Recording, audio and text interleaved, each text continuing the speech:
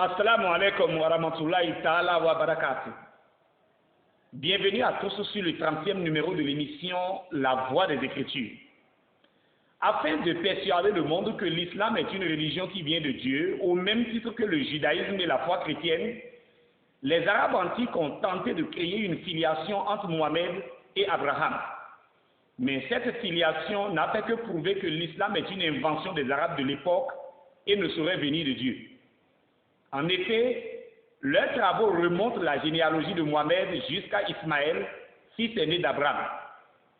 Si Mohammed est réellement un descendant d'Ismaël et non d'Isaac, il est indispensable pour nous de connaître l'histoire de ces deux hommes avec Dieu.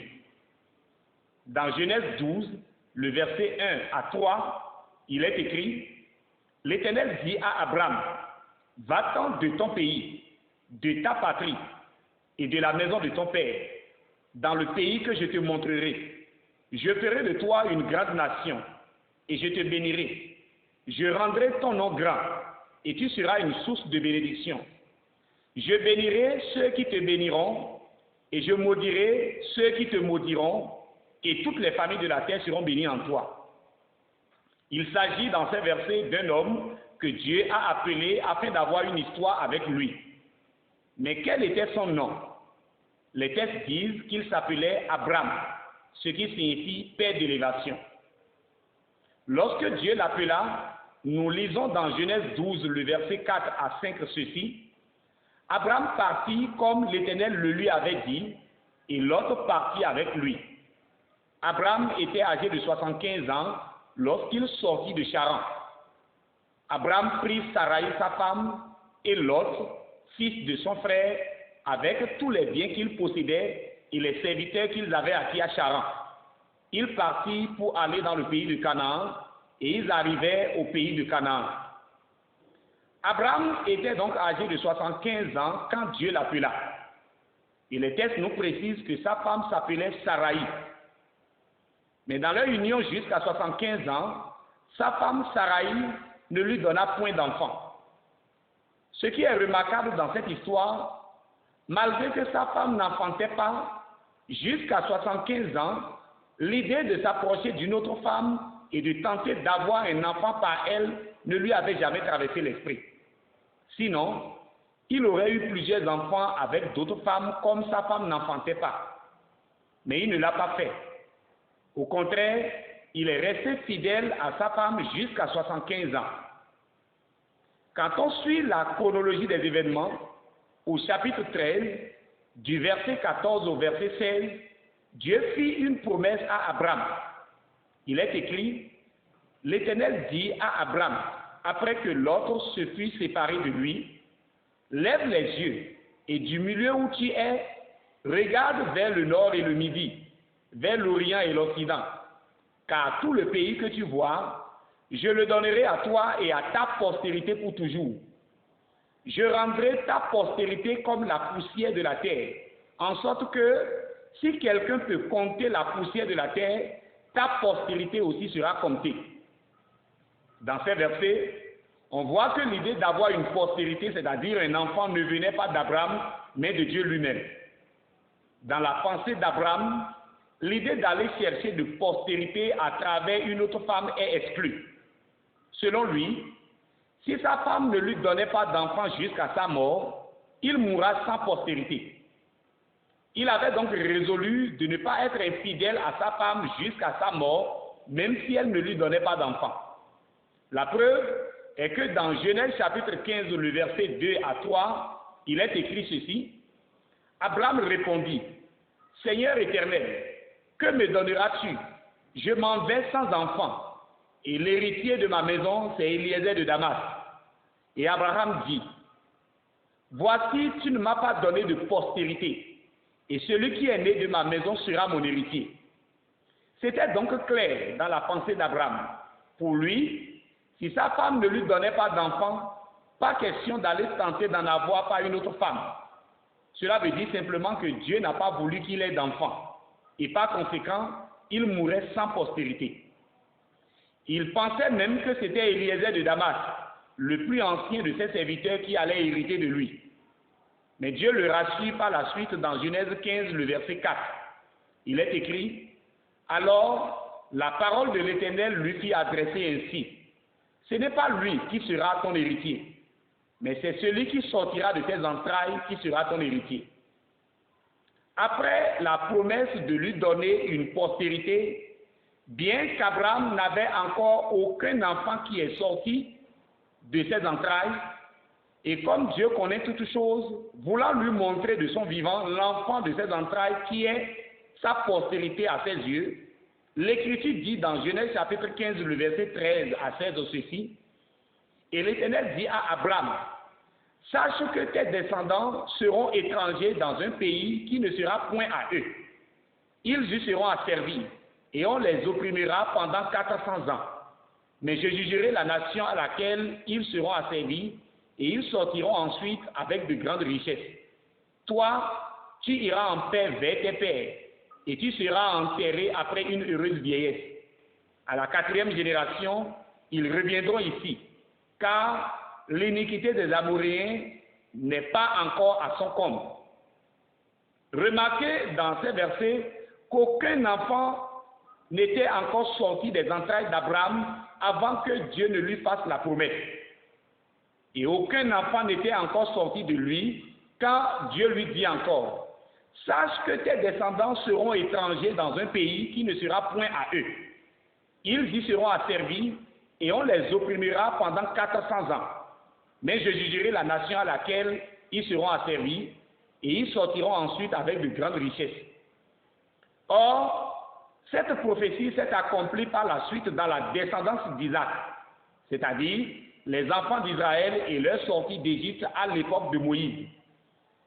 Dieu avait donc son plan qui était de faire éclater sa gloire dans la vie de ce vieux couple, de manière à ce que de celles qui ne pouvaient plus avoir d'enfants sorte une postérité, Isaac, dont les descendants iront en esclavage pendant 400 ans, et par cette descendance sera bénie toutes les familles de la terre. Mais l'impatience et l'incrédulité gagna la femme d'Abraham.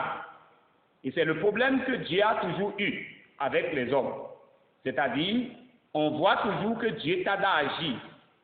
Dans son impatience, elle définit son propre projet par lequel elle compte avoir d'enfants pour son mari. Dans Genèse 16, le verset 1 à 4, on lit « Saraï, femme d'Abraham, ne lui avait point donné d'enfant. Elle avait une servante égyptienne nommée Agar. Et Saraï dit à Abraham, « Voici, l'Éternel m'a rendu stérile. Viens, je te prie, vers ma servante. Peut-être aurai-je par elle des enfants. » Abraham écouta la voix de Saraï. Alors Saraï, femme d'Abraham, prit Agar, l'Égyptienne, sa servante, et la donna pour femme à Abraham, son mari, après qu'Abraham eut habité 10 années dans le pays de Canaan.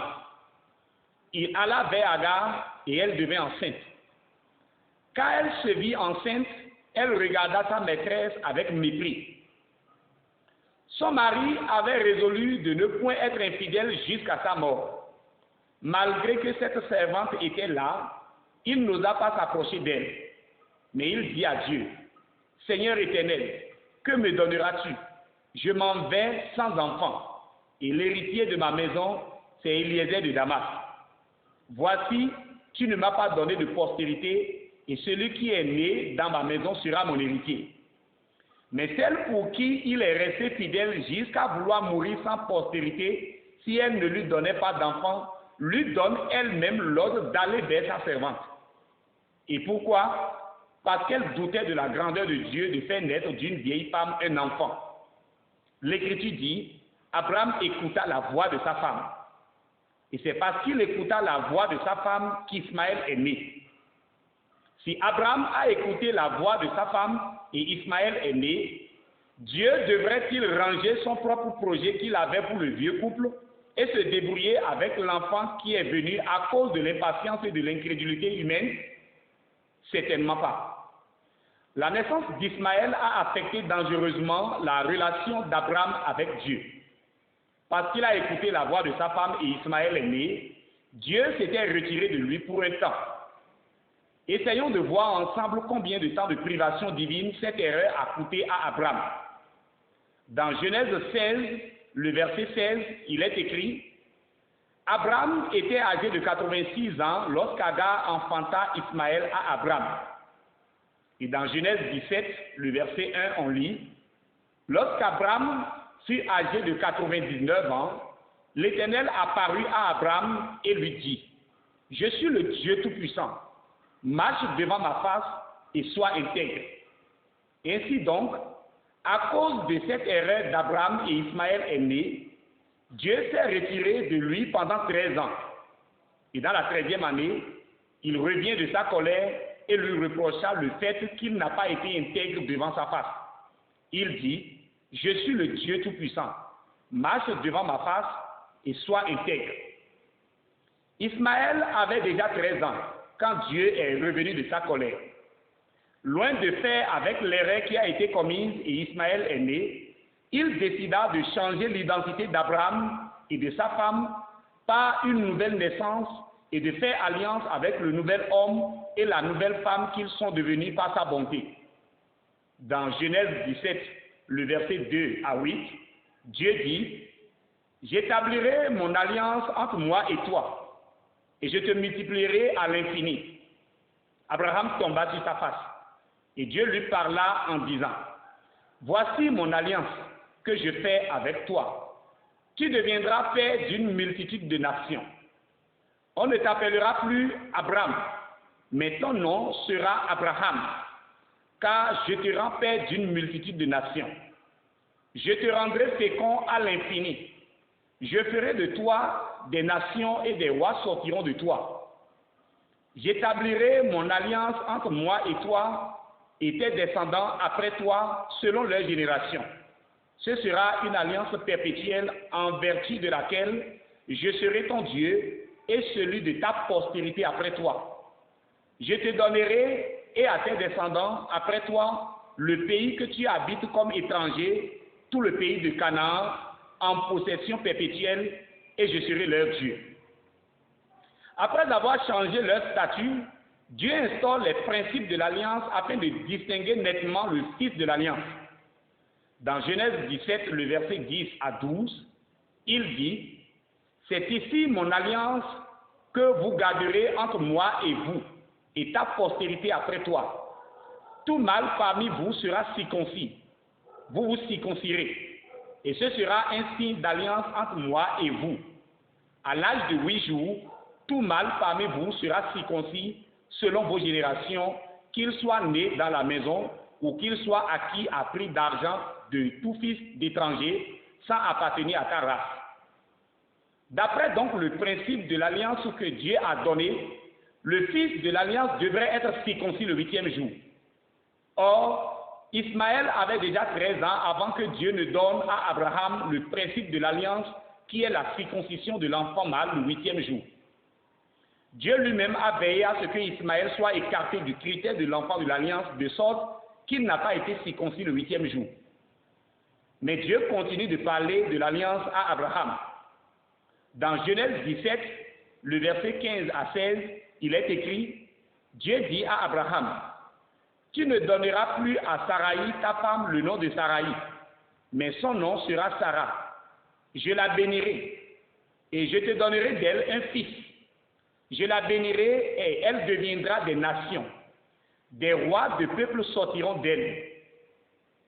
Mais jusque-là, Abraham ne comprenait pas comment c'est possible pour une vieille femme de concevoir. Cela dépassait son entendement. Du verset 17 au verset 18, on lit: Abraham tomba sur sa face. Il rit et dit en son cœur: Naîtrait-il un fils à un homme de 100 ans, et Sarah, âgée de 99 ans, enfantera-t-elle? Et Abraham dit à Dieu: Oh, qu'Ismaël vive devant ta face. Dieu présente son projet miraculeux à Abraham, mais Abraham n'arrive pas à percevoir ce projet. C'était inimaginable pour lui. Il met ce plan miraculeux de Dieu de côté et lui demande non de faire l'alliance avec Ismaël, mais la faveur de le garder au moins en vie pour lui. Dieu voulant montrer à Abraham que garder Ismaël en vie n'est pas impossible pour lui, mais ne changera en rien son plan miraculeux, dit encore au verset 19 ceci: « Certainement, Sarah, ta femme, t'enfantera un fils, et tu l'appelleras du nom d'Isaac. J'établirai mon alliance avec lui comme une alliance perpétuelle pour sa postérité après lui. » Dieu dit clairement dans ce verset: « J'établirai mon alliance avec Isaac. » Au sujet de la demande qu'Abraham a faite à Dieu en faveur d'Ismaël, Dieu dit au verset 20 ceci: « À l'égard d'Ismaël, je t'ai exaucé. Voici, je le bénirai, je le rendrai fécond et je le multiplierai à l'infini. Il engendrera 12 princes et je ferai de lui une grande nation. » Dans ce verset, l'unique engagement de Dieu envers Ismaël était qu'il engendrera 12 princes. Et Dieu s'est acquitté de cet engagement comme on peut le constater dans Genèse 25, le verset 12 à 16. Mais pour ce qui est de son alliance, Dieu revient encore là-dessus dans Genèse 17, le verset 21, il dit: « J'établirai mon alliance avec Isaac, que Sarah t'enfantera à cette époque-ci de l'année prochaine. » Isaac est donc l'accomplissement parfait de l'alliance de Dieu. À sa naissance, on lit dans Genèse 21, le verset 4, ceci: « Abraham circoncit son fils Isaac âgé de 8 jours, comme Dieu le lui avait ordonné. » C'est Isaac qui a été circoncis le 8e jour, selon le principe de l'alliance, et non Ismaël. De plus, quand Isaac a été sevré, une mésentente survint entre Abraham et Sarah au sujet d'Ismaël, et Dieu intervient pour ôter toute confusion et clore définitivement le débat. Dans Genèse 21, le verset 12, il est écrit: « Mais Dieu dit à Abraham, que cela ne déplaise pas à tes yeux, à cause de l'enfant et de ta servante. Accorde à Sarah tout ce qu'elle te demandera, car c'est d'Isaac que sortira une postérité qui te sera propre. » Donc, Dieu a été si clair. Il dit à Abraham: « C'est d'Isaac que sortira pour toi une postérité qui te sera propre. » C'est la preuve qu'aux yeux de Dieu, c'est Isaac qui est l'unique enfant légitime d'Abraham du vivant de Sarah. Et c'est d'ailleurs la raison pour laquelle il changea son nom. En réalité, c'est avec le nom Abraham qu'il a écouté la voix de sa femme et Ismaël est né. Mais lorsque Dieu lui accorda une nouvelle naissance par sa grâce, l'homme nouveau Abraham qu'il est devenu aux yeux de Dieu n'a eu qu'Isaac du vivant de Sarah. Comme Dieu a désormais affaire à Abraham et non à Abraham, il lui dit dans Genèse 22, le verset 2, ceci: « Prends ton fils, ton unique, celui que tu aimes, Isaac, va-t'en au pays de Moria et là offre-le en holocauste sur l'une des montagnes que je te dirai. » Quand on lit le Coran, on découvre avec stupéfaction que l'auteur du Coran admet bien cette vérité, qu'Isaac est l'unique enfant légitime d'Abraham aux yeux de Dieu, du vivant de Sarah. Il a juste dupé les Arabes à cause de l'ignorance de l'Ancien Testament. La preuve est que, parlant d'Abraham dans la Sourate 29, le verset 27, le Coran dit ceci: « Nous lui donnâmes Isaac et Jacob, et plaçâmes dans sa descendance la prophétie et le livre. Nous lui accordâmes sa récompense ici-bas, tandis que dans l'au-delà, il sera parmi les gens de bien. » Remarquez par vous-même que le Coran ne dit pas « nous lui donnâmes Ismaël et Isaac », mais plutôt Isaac et Jacob. Et ensuite le Coran dit « et plaçâmes dans sa descendance la prophétie et le livre ». La prophétie et le livre ont été placés dans la descendance de qui? Le Coran nous dit dans la descendance d'Abraham, d'Isaac et de Jacob. Il n'y a aucune logique de croire que Dieu ait choisi un prophète dans la lignée d'Ismaël, parce que cela sous-entend que Saraï sait mieux l'avenir que Dieu. Elle a aussi anticipé que le plan de Dieu par Isaac allait échouer tôt ou tard et que Dieu aurait besoin d'une autre descendance, c'est-à-dire celle d'Ismaël. Et c'est pourquoi elle a donné à son mari un meilleur conseil que Dieu n'a pas su lui donner. Elle pouvait même se vanter que si elle n'avait pas donné ce conseil à son mari et qu'Ismaël est né, Dieu n'allait pas trouver ses descendants pour s'en servir plus tard. Car son mari avait résolu ne point aller vers une autre femme sans sa permission. Mais une autre anecdote est qu'aucun verset du Coran ne dit que Mohamed est un descendant d'Ismaël. Quelle est donc l'origine de cette information? Et qui en est l'auteur? La Bible nous dit qu'Abraham est hébreu. La preuve est que dans Genèse chapitre 14, le verset 13, il est écrit « Un fuyard vint l'annoncer à Abraham l'hébreu. Celui-ci habitait parmi les siennes de Marie, l'Amoréen, frère d'Ashcol et frère d'Abner, qui avait fait alliance avec Abraham. Si donc Abraham est hébreu, par quelle magie son fils Ismaël serait arabe? Les Ismaélites aussi étaient des Hébreux, et c'est pourquoi les enfants de Jacob ont pu échanger sans difficulté avec eux pour leur vendre Joseph, dans Genèse chapitre 37, le verset 28. Mais en Égypte, les fils de Jacob ont eu besoin d'interprètes avec les Égyptiens, comme on peut le constater dans Genèse 42, le verset 23. Dans toute la Bible, pas même une seule fois Dieu s'est identifié être le Dieu d'Abraham et d'Ismaël.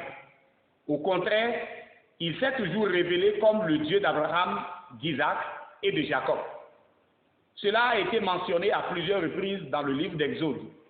Et Jésus a confirmé dans Matthieu chapitre 22, le verset 32, qu'au sujet du buisson, Dieu a dit « Je suis le Dieu d'Abraham, le Dieu d'Isaac et le Dieu de Jacob ». Enfin, au sujet de la postérité d'Abraham par laquelle Dieu bénira toutes les familles de la terre, le Seigneur Jésus a dit dans Matthieu 28, le verset 11, que plusieurs viendront de l'Orient et de l'Occident et seront à table avec Abraham, Isaac et Jacob dans le royaume des cieux. Plusieurs viendront de l'Orient et de l'Occident et seront à table avec qui dans le royaume des cieux? Jésus a dit, c'est avec Abraham, Isaac et Jacob. L'islam est donc un autre sujet bien traité. Une tromperie des Arabes pour imposer leur langue et leur culture aux autres peuples. Quitter cette secte des Arabes pour recevoir le salut par Jésus. Il est l'unique chemin, l'unique vérité et l'unique vie. Jean 14, verset 6. La Bible dit qu'en dehors de Jésus, il n'y a sous le ciel aucun autre nom qui a été donné aux hommes par lequel nous aurons le salut. Actes des Apôtres, chapitre 4, le verset 11 à 12. Prenez votre décision maintenant. Dieu seul sait pourquoi il a permis que vous découvriez cette vérité aujourd'hui. Les minutes à suivre peuvent être trop tard. Nous vous aurions averti. Shalom à vous tous et à très bientôt. Vous pouvez nous contacter au numéro suivant, plus 229 67 28 54 27 ou plus 229 61 73 45 32.